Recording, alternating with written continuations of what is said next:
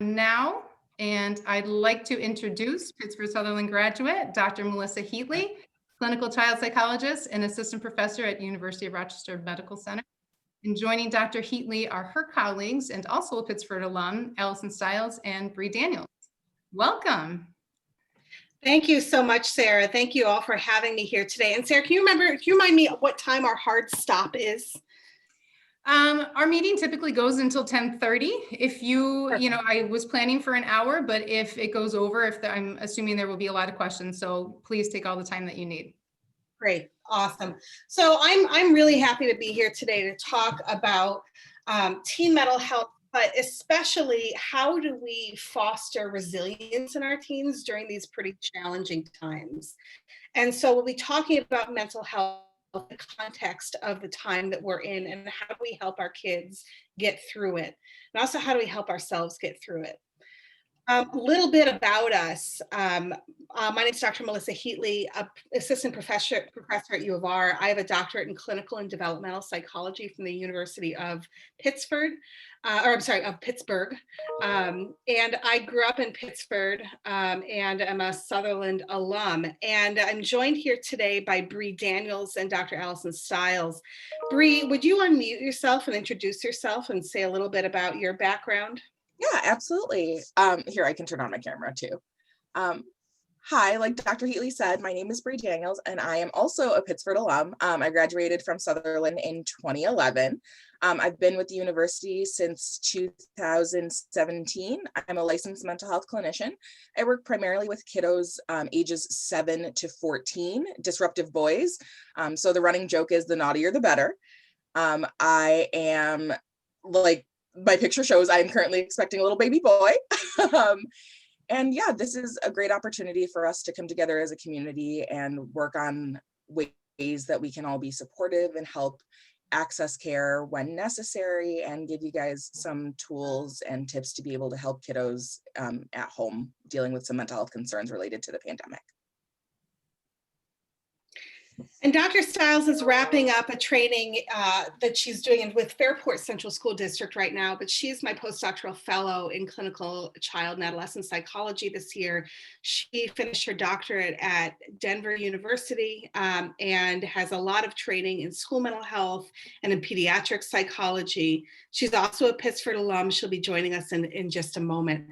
I think that the other important thing that I want to say about all three of us is that we're parents. I have a very rambunctious 2-year-old. Bree is expecting her first shortly, and so is Dr. Stiles. And so we'll talk to you from the perspective of parents as well as mental health clinicians, as we're talking with the PTSA today. So I start all of my trainings with a really important acknowledgement. We are still in the midst of a national crisis. And I say this because I just want to level set. Our kids aren't distance learning. They are at home during the crisis trying to learn. And our parents, you guys, haven't been working from home on Wednesdays when your kids are home. You have been home during a crisis trying to work. I'm sorry, Wednesdays, thank you. You've been at home during a crisis trying to work and trying to teach and trying to parent, et cetera, et cetera, et cetera. And so there's a lot of roles that you're fulfilling as parents right now. And for our educators and our school systems, teaching during this pandemic is so far from typical, and it's literally nothing school systems have ever done before. The amount of innovation and experimentation and new trials is just astounding. And what that means is that the pressure on all of us to do the best we can and work through this really challenging times is really, really intense. And what that means is that there's a disproportionate impact of COVID-19 on parents and families and on educators. And these are just two images that really speak to me every time I talk about this with folks. On the left, we have our scene, which many of you may be having today. Don't take this the wrong way, but I kind of hope that we can go back to real school in the fall. And maybe as a parent, you're thinking, yeah, me too, that might be nice. And on the right, you see this invisible load of motherhood. But I also think of it as parenthood because fathers are joining in on this as well. Distance learning edition. It's a lot to try to keep up on all of this stuff, trying to remember all the logins, have the equipment, try to keep up with assignments, manage kids with learning needs, coordinate with teachers, support your kids. And try not to lose your cool while you're doing it all. And so there's a burden on families. What is this? How does this impact kids and teens? Well, we might see a variety of impact. Some of our kids are responding to the coronavirus pandemic with flight responses. So we think of when kids are nervous or scared or stressed, they might respond with flight, fight, or freeze. These are typical fear, anxiety reactions. Flight might look like withdrawing or avoiding work or other people, skipping out on your Zoom class or daydreaming and zoning out or wandering.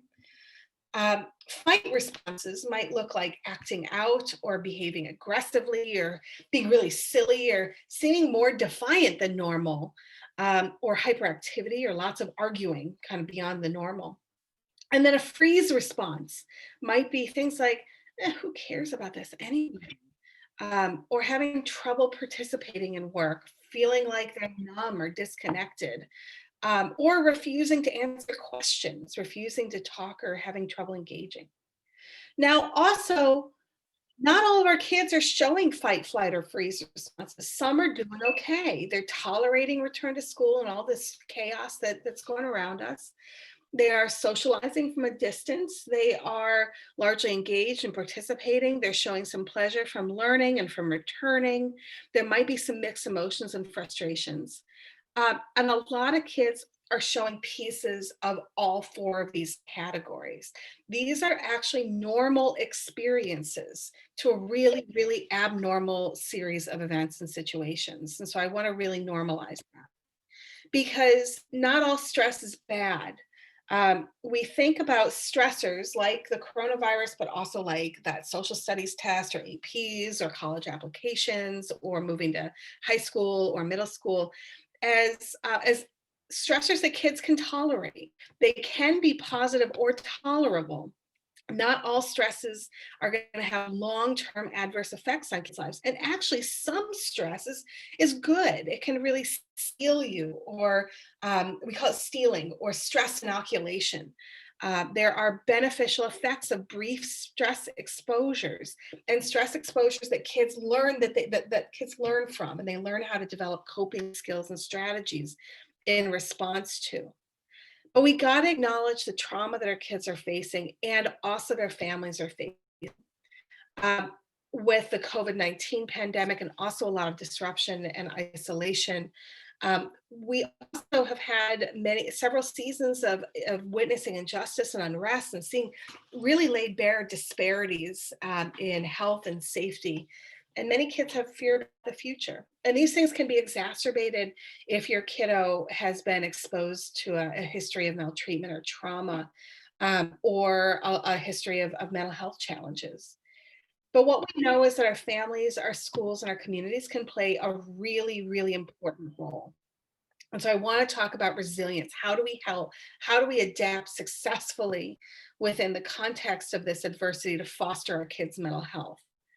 So when I think about resilience, I think about resilient teens, resilient kids. And Malala Yousafzai is really just such a resilient person. And I love this quote. I say to yourself, Malala, you must be brave. You must not be afraid of anyone. You're only trying to get an education. You're not committing a crime. She's just trying to go to school. And she has become incredibly resilient, and really a leader in the world. This is a picture of Bethany Hamilton. She was a teen who lost her arm during a surfing accident in a shark attack, and now she still remains a professional surfer, has 2 kids. She's a really remarkable woman. And then you think about other stories, resilience. These are pictures from the Breckenridge Adaptive Ski Program, which I worked at when I was in college. And then on the right, you see the Pittsburgh Mighty Penguins, which is an adaptive hockey team. And these kids can ski and skate circles around me. And I'm like a pretty decent skier and a skater. And they're really remarkable kids. But the thing that these types of stories don't really tell us is that resilience actually isn't remarkable. Resilience is actually quite ordinary. And it's not a trait or a character. It's not a trait or a characteristic. It's a process of development that really unfolds over time. And that our youth can be resilient in some areas, but not in others, and at different points of time. But the science really shows us that our kids who face challenges like they do during COVID-19 can rise to them, and they do. They do get better over time. And we see different processes of resilience. Some kids who face an adversity and they are like chill as a cucumber the whole time along. And that is, that's a form of resilience, but it's not the only kind of resilience. Some kids face a challenge and really struggle for some time, and then they show improvement. Some kids are maybe not doing well during the beginning of a challenge, and then they learn skills to cope with that over time. And so there's a lot of heterogeneity in what resilience looks like, and you can play a role in fostering that resilience. And we know that resilience can stem from traits and relationships, like with you guys as parents, and environmental factors like having supportive school teams and supportive friends and reaching out for help when you really need it. And the thing I want you to take home from this part of our conversation is that resilience is ordinary. And the things that go into resilience are quite ordinary, like having a positive adult role model. Just one is enough. Or being skilled at coping with tough emotions. Our resilience is so ordinary that we can expect our kids to be resilient from COVID-19, given the right supports. We can expect that our kids can emerge from this stronger and successful, given the right supports. And what would that look like? Well, we would see, we would see kids who have self-control, who are optimistic, who have good problem-solving skills, who can set realistic goals, and who have positive self-esteem and can recognize their own emotions and those around them. But how do we do that? We got to really think about how do we support our kids' mental health from a perspective of safety and security, a sense of building a sense of connectedness in their communities, a sense of calm and comfort, and then a sense of self-empowerment and hope, so they can get through these really challenging times.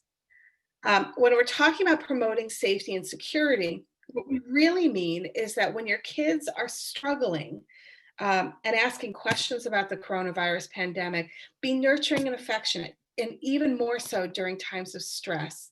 Be really sensitive to their individual triggers and offer empathetic reflection. So what that is, if you have a kid who says, "Mom, I don't know how much longer I can handle this. I'm really stressed." It's okay for them to have their feelings. All feelings are good feelings. Be empathetic and say, "Yeah, this is really stressful for you. And we got this. We can get through this together." And share these messages of both empathy and empowerment. We can offer a sense of routine and consistency and predictability. If you know something might be stressful for your kid, let your school team know. Let your kids' friends' parents know. Let other people know if there's a possible trigger on your kid's horizon.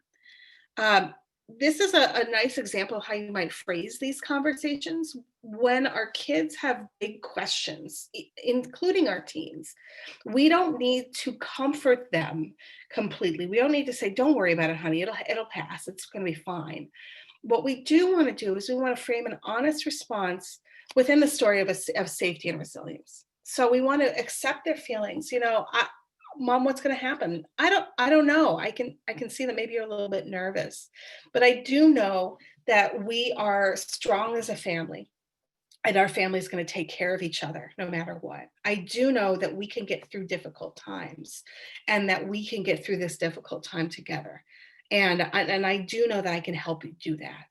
And so it's okay to not know the answer to questions like, how long is this pandemic going to last? Um, but frame this within the perspective of safety and resilience for your kids. We also really need to build our connections with family and community and really plan opportunities for high quality together time. We're coming into the holiday season. This is a holiday season that's going to be different than many others. Take it as an opportunity to learn about your family's culture and traditions and practice them. Practice them maybe bigger than you normally do or earlier than you normally do. I'm really not one for putting up holiday lights early, and we put some out last weekend. Um, Daily rituals, even for our teens, whether they are bedtime stories or games or cooking together as a family or reading a book together, even quiet time before bed, all these can be comforting and set a sense of normalcy in these really abnormal times. Um, Find quality time for like playing games together instead of watching a movie. Family book clubs and game nights can be really nice times to have conversations about challenging topics. Some of the books that I really like include like the Golden Compass series, or I mean, even Harry Potter for our teens has really helpful scenes of hardship and of overcoming adversity during really dark and difficult times that can bring up conversations about how others have gone through difficult times together and come out stronger on the other end. And then don't forget to video chat and bring in your greater community and build that connection. This is a link that I can send out in an email later around activities that you can do with your grandparents. It's for kids of all ages, but that can also foster that sense of community. We need to also make sure our connections with school are strong. We know that when kids feel supported by their educators, it really reduces odds of stress reactions and it fosters a sense of hope and less internalizing and externalizing problems, better achievement motivation. And so really linking kids back to school and framing everybody as doing the best that they can. Let's talk to your teacher if you need some extra support, can really foster that. We also need to really attend to teaching calm and comfort. And going back to these common trauma triggers and responses, if you see these, you should be expecting during this time maybe bigger behaviors or bigger fight, flight, or freeze challenges during times of trigger and stress. It does not necessarily mean that they have a mental health disorder, but it could mean that your kid is more stressed. And if you are noticing these things for a period of time longer than 2 weeks, then that's really the time. And you notice that your kid is struggling with fight, flight, or freeze responses more severely than you would expect during kind of typical periods of stress and in several different environments like at home and school or with friends, or you're noticing big changes in personality in your kid for a time period of 2 weeks or more, then that's really the time you want to start reaching out for help. And we'll talk about resources where you can do that in just a second. um, you want to respond supportively. Name feelings as you see them. Remind your kids that all feelings are good feelings.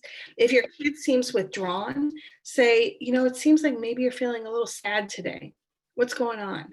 If your kid if your kid seems kind of on edge, it's okay to say, it seems like you are a little bit on edge, or it seems like you're feeling a little bit stressed today. Your kid may say, no, I'm fine. But labeling emotions is just as important as having conversations about them, because oftentimes we show our feelings more than we talk about our feelings. Also, name your feelings. I'm feeling a little bit on edge today.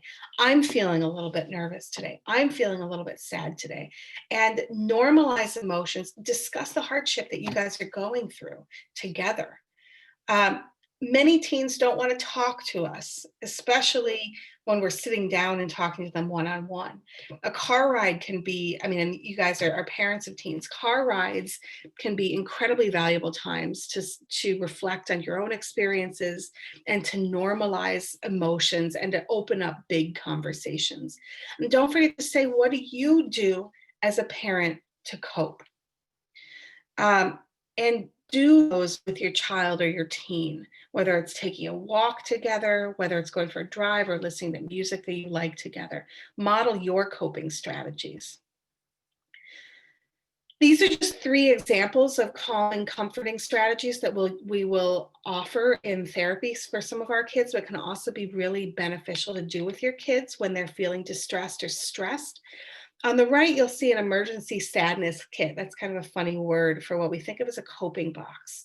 A coping box can be a really useful tool to use when you're feeling stressed or anxious and you don't know what to do. So in a coping box, it might be a shoe box, it might be an Amazon package, and in it you put some things that you know, and you do this with your team, that you guys know can really help you feel better and cope with big feelings. It might be some earbuds, it might be something to eat, some tissues, it might be some aromatherapy activities, it might be some goo or dough that your kid can move around, or a favorite book. And have your kid decorate it with them. And this is something that can move around the house, that kids and teens can go to when they're feeling stressed. Another activity that I really like, that a lot of us use, is the 5-4-3-2-1 coping technique. And this is something that is really it's based in principles of mindfulness and also dialectical behavior therapy. And what it does is it really grounds you and centers you in your body. So when our kids are showing those fight, flight, or freeze responses, they're often really deeply in their head and they can't get out of their thoughts. And we need to find a way to bring them back into the moment. And so while I talk about this, do this with me. I want you to find 5 things in the room that you're sitting in that you can see. So I see a picture above my desk. I see some figures in the corner of my room. I see my cup of coffee. I see outside where it's sunny, and I see some lights in my backyard. Now, 4 things that you can touch. And so I can feel my warm coffee here. Actually, it's cold right now. I can touch the smoothness of the desk around me. I can feel the texture of my sweater. 3 things you can hear, and this you might have to look for a little bit. You might even have to open a window or listen to your breathing. 2 things that you can smell, and again, you might have to look for something, and that's okay. Back to my coffee or a candle that you may have handy. And then 1 thing you can taste. This might be a mint, it might be some water. This can really ground your teen and you in your body so that you are out of your head and more into real life. Exercise, things like yoga and mindfulness, can also help us center ourselves and foster a sense of calm and comfort. But I also want you to think about what works for your family, what works for your kid. And I want you to think about a time your family experienced something difficult and what helped you get through. And when it was over, what changed for your family. Really highlight what helped you get through, what helps your family get through difficult times. And it might be talking to people. It might be drawing or coloring. It might mean going for long walks or getting outside or taking a break. And how did that change things for you and for your family? Because it's not just about coping and surviving, it's about bouncing forward. It's about how do we help our teens move forward and show that resilience. And we really have to model those coping strategies. So the other part to this that can really foster our teens' mental health during these times of stress is to help our teens empower themselves, how to build a sense of self-efficacy and hope and knowledge that we can get through this. And we spend a lot of time trying to remediate our kids' challenges or failings or flaws. That's important when we're trying to help our kids learn and develop. And we do want to reach out for therapy when we feel like our kid needs extra support. But also, we can't forget the importance of helping our kids do more of what they love, do more of what they're really good at. And what that might look like is what that might look like is helping them remember to go practice their music that helps them feel really centered. It might mean that they need a training plan to help them get back in shape for their athletic season. It might are they readers? Are they reading the way that they usually read? How do we get them back into doing the things that really build their sense of self-empowerment? So this is not a teen example. This is a oh shoot, my link isn't working. I'm going to have to send that out later. This is a really nice video. This link will work though, for some reason. This is how we are fostering a sense of self-empowerment and hope in me right now and in my kids' life. So pardon the gratuitous parent sharing. Oh, is my link also not going to work? My computer's thinking. No. I'm sorry, my videos aren't working. Okay, well, it was going to be an adorable video of my kid baking bread. And she really, at the end of it, celebrates, I made bread. But it really like the idea is that we're building a sense of self-efficacy and empowerment. Now, this is one additional way that you can build your kids' resilience and self-empowerment and hope with three simple steps. We call it 3 good things. And this is an evidence-based strategy that has been researched and studied and shown out of several University of Michigan investigations to foster resilience, including in our teens with mental health challenges. So here's the exercise. This works best if you do this before you go to sleep. But I want you to think about 3 things that went well today and what was your role in making them happen. 3 things that went well today and what was your role in making them happen. And what you're doing here is your brain is really trained, and especially your teen brains are really trained to detect threat in the environment. That's what's kept us alive for millennia. We detect threat in the snake under the rock or the scary bear in the cave or whatnot from our caveman days.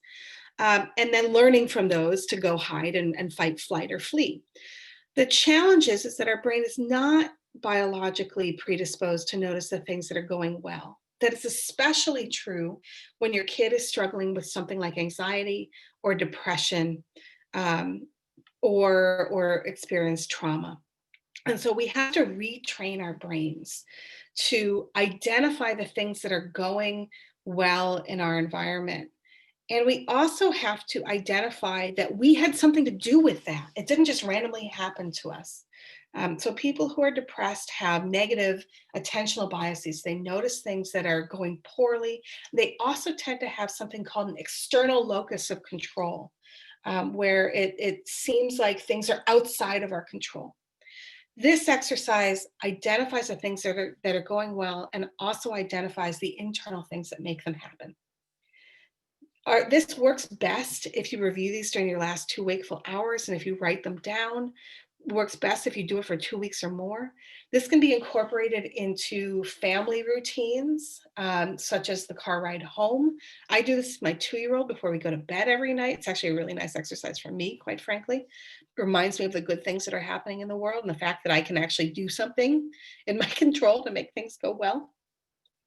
And it can really help bolster our resilience as a nice evidence-based strategy to combat these external locus of control and negative attentional biases that we see in kids with anxiety and depression and histories of trauma. So some final thoughts before we open this up to some conversation and question and answer with my colleagues, Bree Daniels and Allison Stiles. And we have some really great questions to discuss that you guys brought up in your registration. A quote I really like is that, we know that the world is full of suffering, and it's also full of the world overcoming it. And in order to overcome stress, anxiety, depression, but also this pandemic, we need to plan for resilience. we want to think about how do we anticipate challenging times and develop a coping plan in advance of them happening so that our mental health doesn't suffer more than it needs to during difficult seasons. So we know the holiday season is coming up. We know that our ongoing crisis persists. Um, we know that sometimes we're surrounded by loved ones who don't necessarily agree with us, and that we sometimes have to cope with differences in opinions and thoughts. And so we really want to plan ahead for our resilience. This is a strategy that we use in our practice called the self-care wheel. You can do this with your family. And I would really strongly suggest doing this with your teens and also with your spouse and also with yourself, as a way to model developing coping plans, and also as a way to create a family plan for how we're going to survive winter together. What are some of the psychological things that are proven to work in your family that help you guys take care of yourself and show resilience? What are some of the physical things that you want to do, or professional things or school-based things that you guys know can be really helpful in caring for yourselves during difficult times? Personally, what are some of the things that really help you, as individuals spiritually?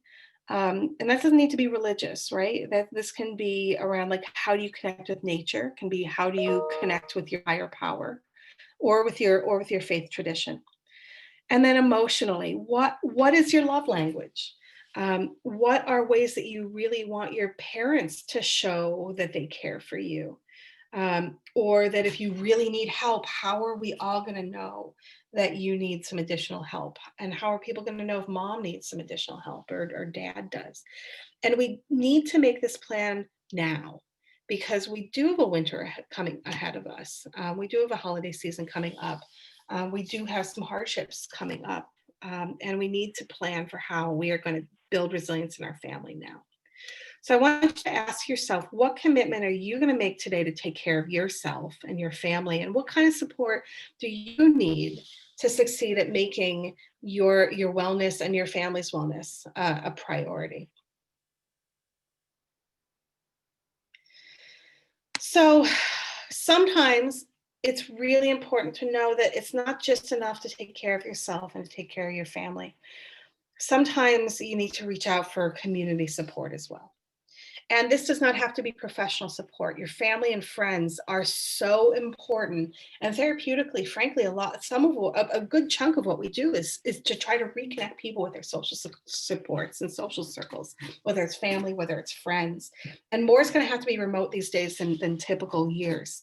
But when you're noticing your kids are gaming, think about what they're doing when they're gaming. Are they talking with friends? Are they doing collaborative building projects on Roblox or Minecraft? Are they laughing together? Are they having fun with their friends in these virtual environments? That's kind of the way that a lot of our kids are connecting right now.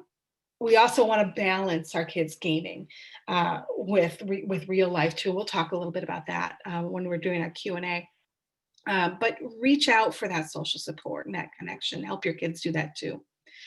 Your pediatrician, if you have worries about your kid's mental health, if you've reached that 2-week period and your kid is showing those fight, flight, or freeze responses, or they are sharing thoughts of self-harm or thoughts about, maybe I don't want to be here anymore. I don't know if I can make this. I don't know how much longer I can last. That's when you're going to want to reach out for someone else to help. Your pediatrician is often the number one go-to support when parents are concerned about their kids. And Rochester's pediatricians are very well equipped to support kids with behavioral health needs and concerns, with lots of links to local practitioners for therapy. They also are really well versed, and uncommonly so compared to other communities, in supporting kids through med management if that's a direction your kid needs to go in. And your child's teacher and counselor, psychologists, or social workers are also equipped to support your kids and your families. U of R has a partnership with Pittsford Central School District where we provide consultation for educators, for parents, for school staff on how to support families with kids with behavioral health needs, and how to link and connect them with care. And so when you reach out to your kid's teacher or psychologist or counseling staff and they need more support, they have ways to get that as well. And then within the community, our community is really rich with resources. Children's Institute has a host of tools for fostering resilience and including both professional resilience and family resilience. Kids Thrive 585 offers a lot of family-friendly links to a wide variety of family resources, as does United Way 211. Our service at Pediatric Behavioral Health and Wellness at UR Medicine has a lot of tools for families. We also offer therapy services, medication management, group counseling, group support for teens, as well as family support and family liaisons. Psychology Today is also a great way to identify private practitioners. And this is a tool that you can use, and you can sort by type of insurance that you have, by zip code and location, by type of therapy that you're interested in. We often recommend cognitive behavioral therapy as kind of our evidence-based strategy for supporting kids with depression and anxiety. There's many different ways to try to deliver that type of therapy. And on here, I thought I had a bullet around the Mental Health Association of Monroe County and Rochester area. That is also a really great place to receive support as parents, that can really help you find resources and find supports for your kids when you have concerns, but also find support for you and community for you when you're supporting a teen or a child with a mental health need. So, and as we wrap up the didactic portion of today, the thing I also want you guys to remember as parents is that we've got this. We went through a really hard time in the spring where things were abruptly closing, our world really changed over the course of a week. And it really left a lot of us, including myself, on our heels. Um, we can plan for our resilience now. We know that there may be some tough times coming this winter, but we can make a plan to support our kids' wellness and our kids' resilience. And so we are tough, we are strong, and your Pittsford community is also here to support you during these times. And so reach out and ask for that help and support. And also feel free to reach out to me if you have questions, and also reach out to your school team. And I'm really, really excited to bring us also for some question and answer time with Dr. Stiles and Bree Daniels. And for those of you who weren't with us in the beginning, Allison and Bree are also Pittsford alum, but also experts in child and adolescent mental health. Allison and Bree, will you guys turn on your cameras? I see Bree's is on. Maybe Allison, I can't see. There we go. There's Allison. Perfect. And I'm gonna take off my screen here. See if I can stop. Hold on. Stop share. There we go. Technology, right? All right. And we can take questions from the chat. You can also ask questions. You can also ask questions on the video as well. And folks submitted questions via email. If you did submit a question just now via email, if you could submit it via chat, that would actually be great. And Sarah had sent me a couple of questions before this that you guys registered with. Sarah, do you want me to read those questions or do you want to read them? Either way works. If you want to go ahead and read them, you can probably give an answer right with it. So let's go with that, please. Okay. All right. Give me 1 second. Let me just pull them up. All right. So one question that just came through in the chat while I'm bringing up some of the other ones. And actually, Allison, you didn't introduce yourself because you came in a little bit late. While I'm bringing up these questions, can you introduce yourself and share a little bit about your training and your background? Sure. Hi, everybody. I'm Allison Stiles. I grew up originally in Rochester and went through the Pittsford School District. And I've been away from Rochester for a long time. So I was in the education field for a little while, teaching fifth grade, and then moved back into the field of psychology and got my clinical psychology PhD at the University of Denver. So I've been in Colorado for about 8 years. And just moved back this year to Rochester, and I'm excited to be at U of R. I'm a fellow working with Melissa. And so a lot of my research and clinical work and past experiences all around working with kids in schools and thinking about how to really connect kids with services that are necessary through those schools, as well as through other systems. So I'm excited to be here and chat with everybody. All right.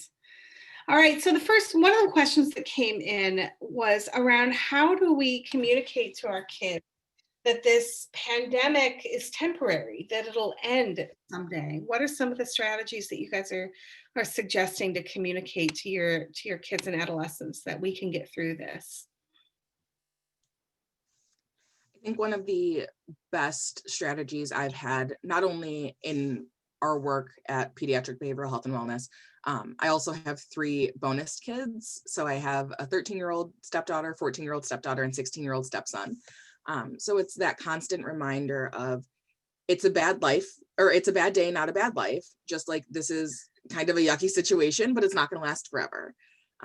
And like Dr. Heatley was saying earlier, being open and honest with our clients and our own kids and ourselves, and not having the answers, and that's okay. And really reinforcing that with kiddos at home, like it's okay to not know the answer. We're all kind of in that space right now, and we're doing the best we can. And really, a lot of positive reinforcement whenever you can, because it's hard. We're all going through it. We're all going through it together. And I know as parents, we always want to have the answer, but we don't, and that's okay. Yeah, I agree with Bree, and I think kind of just really like Dr. Heatley was also talking about earlier, really just recognizing that it's hard and validating those feelings that this is challenging and it's hard to not know when it's going to end. And it's also nice to shift to say, what are people doing to work towards that end? So a lot of people are working really hard to get vaccines so we can be able to go out again. People are wearing masks to keep other people safe. We're all doing a lot and making some hard sacrifices right now to help keep our community safe, our grandparents and aunts and uncles. And so we're doing a lot to bring it to that end, even though we don't know when it is yet. Everybody's working really hard towards that. And so kind of really making that mindset shift towards what are we doing, what's in our control that we can do right now when there is a lot that feels outside of our control. Mhm, mhm. So really focusing on that self-efficacy, that what's in our control, what's within our power.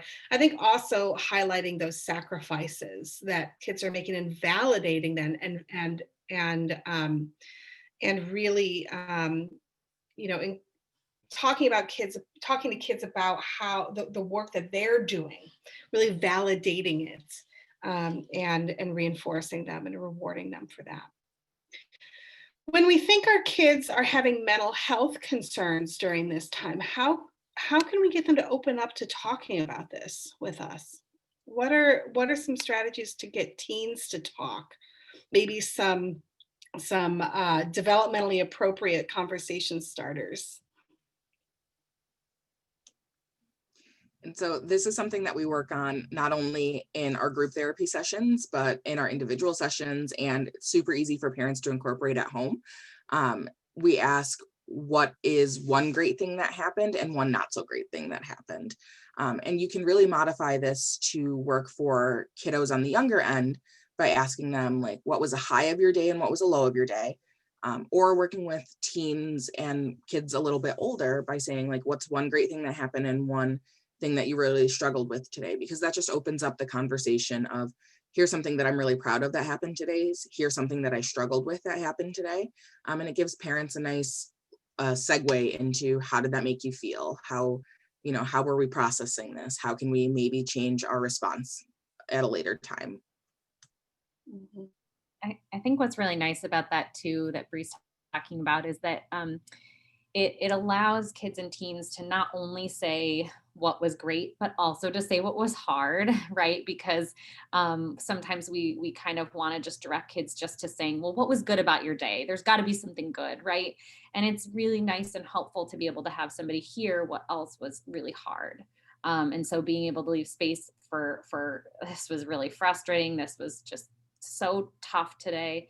And then letting them redirect to, okay, there's got to be something that was good in the day. What was good? But really allowing for both of those, and having that, setting that expectation up that you're going to talk about both, can be really helpful.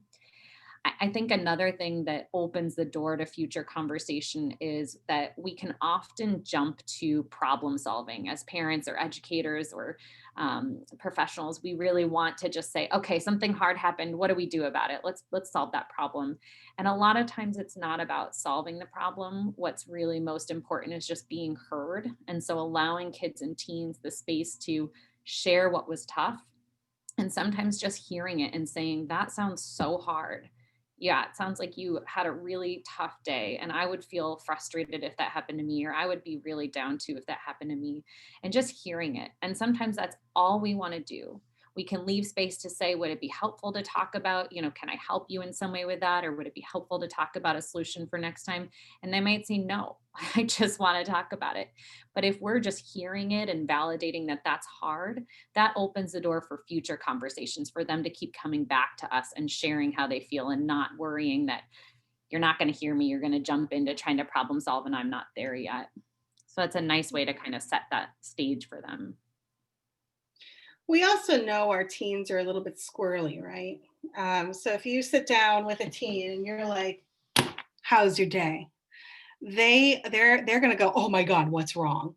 Or "I don't want to talk to you." And I mean, even in therapy, if I, as a therapist, am sitting down talking to a kid and I sit across the room from them and say, "Tell me about what's going on with you," they shut down pretty quickly.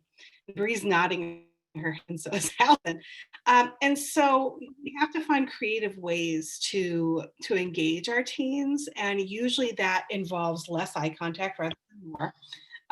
And open body language. So we're not like coming to them feeling stressed ourselves. We're our body language is open. We'll often go for a walk together, or we'll play cards together, or build something together, or color something, or do some kind of an activity together that can bring some of the stress from the interpersonal exchange down, and that then can lead to more open conversations. So if you're having a tough time sitting down with your kid and talking about challenging things with them, find some lightly structured activities that leave time open to have conversation, and do those with them while you're talking. And it might be that you guys sit in silence for a while. A lot of times when our kids are sitting in silence, their brains are doing this. They're thinking like, when should I say this? Should I say this? I don't know what to say. And you can open up the floor for conversation. Say, hey, I'm noticing that maybe you're kind of quiet. What's going on? And maybe they'll bite, maybe they won't. But the more often you have these times of quietly structured activities and routines with your teens, the more likely it is that they'll open up with you. One question came through in the chat, with a family who has had a very tough few years prior to 2020. They entered the pandemic kind of on empty already, and little energy to proactively support each other or proactively do things to create joy. Any suggestions for maybe those of us who are kind of going into the season feeling pretty depleted?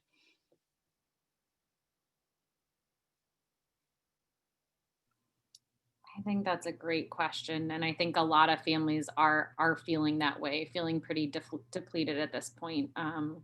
And I think one thing that can be helpful to keep in mind is, how can I do something, incorporate something into my day that's so small, starting really realistic and really manageable. So, is there one thing that I can do for myself, for my own self care? Right? We talk a lot about, for parents, um, we need to put our own oxygen mask on before we can put our kids' oxygen mask on the plane, right? If we don't have even just a little bit of our own kind of level moving along playing field, then we can't help out our kids. And that's the hardest thing, because it's the first thing to go, right?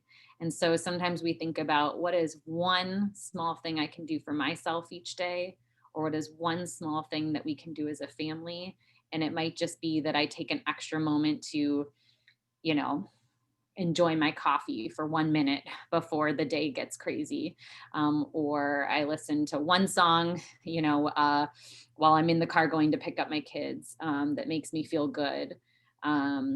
Or a 20-second check-in with kids at the end of the day. Whatever it is, picking one thing, because we know that we can build on those if we actually follow through on it.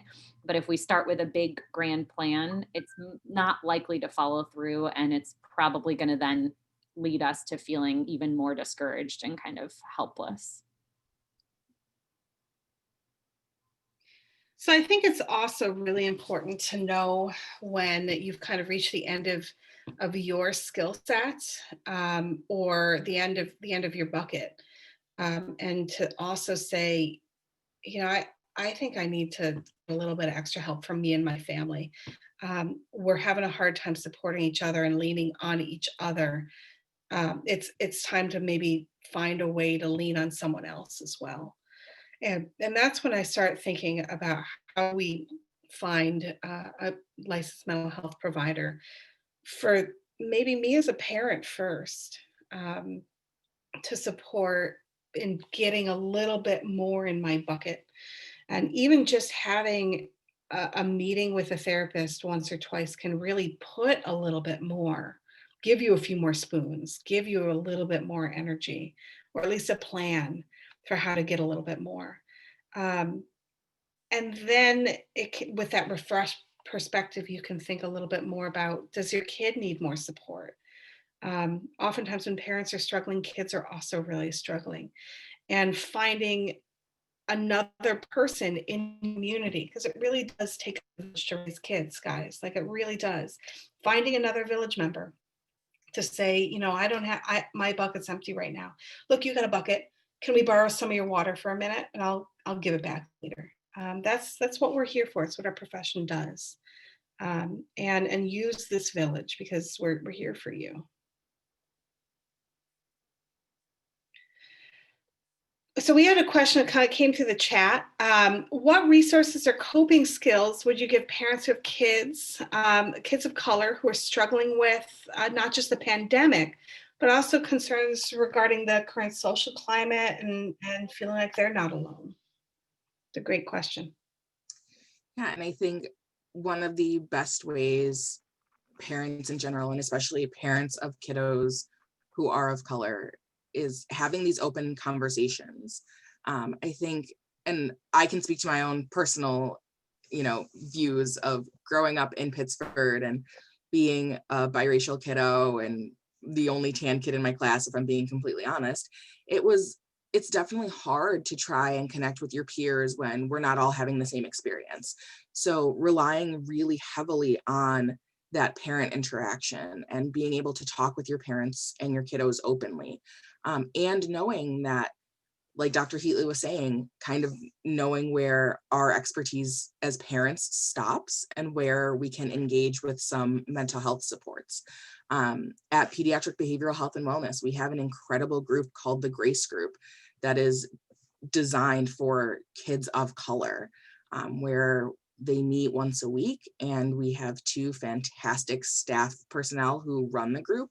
And you just talk about current issues. You talk about what it feels like to be tan in America in 2020.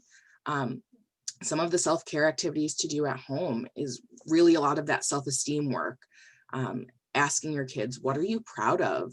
What makes you feel good about yourself? What are those things that are so unique and special to you that give you a little sparkle, give you a little bit of an edge? Because we want all of our children, regardless of race and ethnicity, to feel proud of themselves and to feel as though we are enough and we can do the same things that our peers can do. So we really are working hard to encourage parents and kiddos and all families to understand that, yes, this is a tough time, especially for kiddos of color, and we can make it through. And that, we have to learn how to love ourselves and learn to express, all of the great things that we have to offer.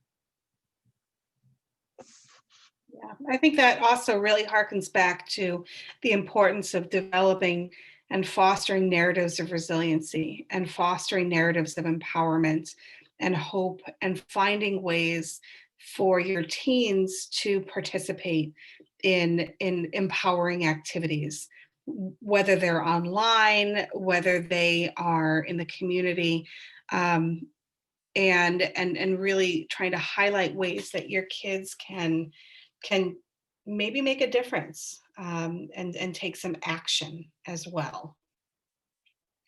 So I know we're wrapping up on the 10 o'clock hour. I don't know if there are any final questions that we might have. I'll just give it one more minute for things to come through the chat. And in the meantime, thank you guys so much for having us here today. We really appreciate it. Thank you so much, Allison and Bree, for joining us and for your expertise and your perspectives. One person is asking, where do we get the wheel you showed?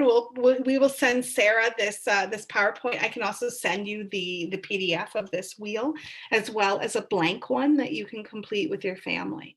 And I would really suggest doing that as both individuals and thinking about a family wheel, as we are proactively developing our resilience as a community.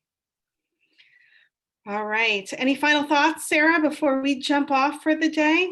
Well, I just wanted to give you a huge thank you to Melissa, Bree, and Allison. Really, I can't thank you enough for being here today and for educating our parents on this important topic.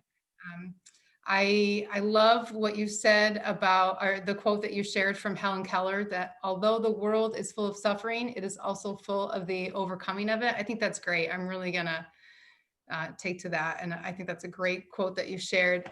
The resources are incredible. I know that there are lots of parents looking for those. So we'll definitely be in touch to get those shared out and up on our website and our Facebook page and through our e-news as well. The last thing I want to say is just thank you, all three of you, for all the work that you do to support our entire community. It's very much appreciated, and we're really lucky to have you. Okay.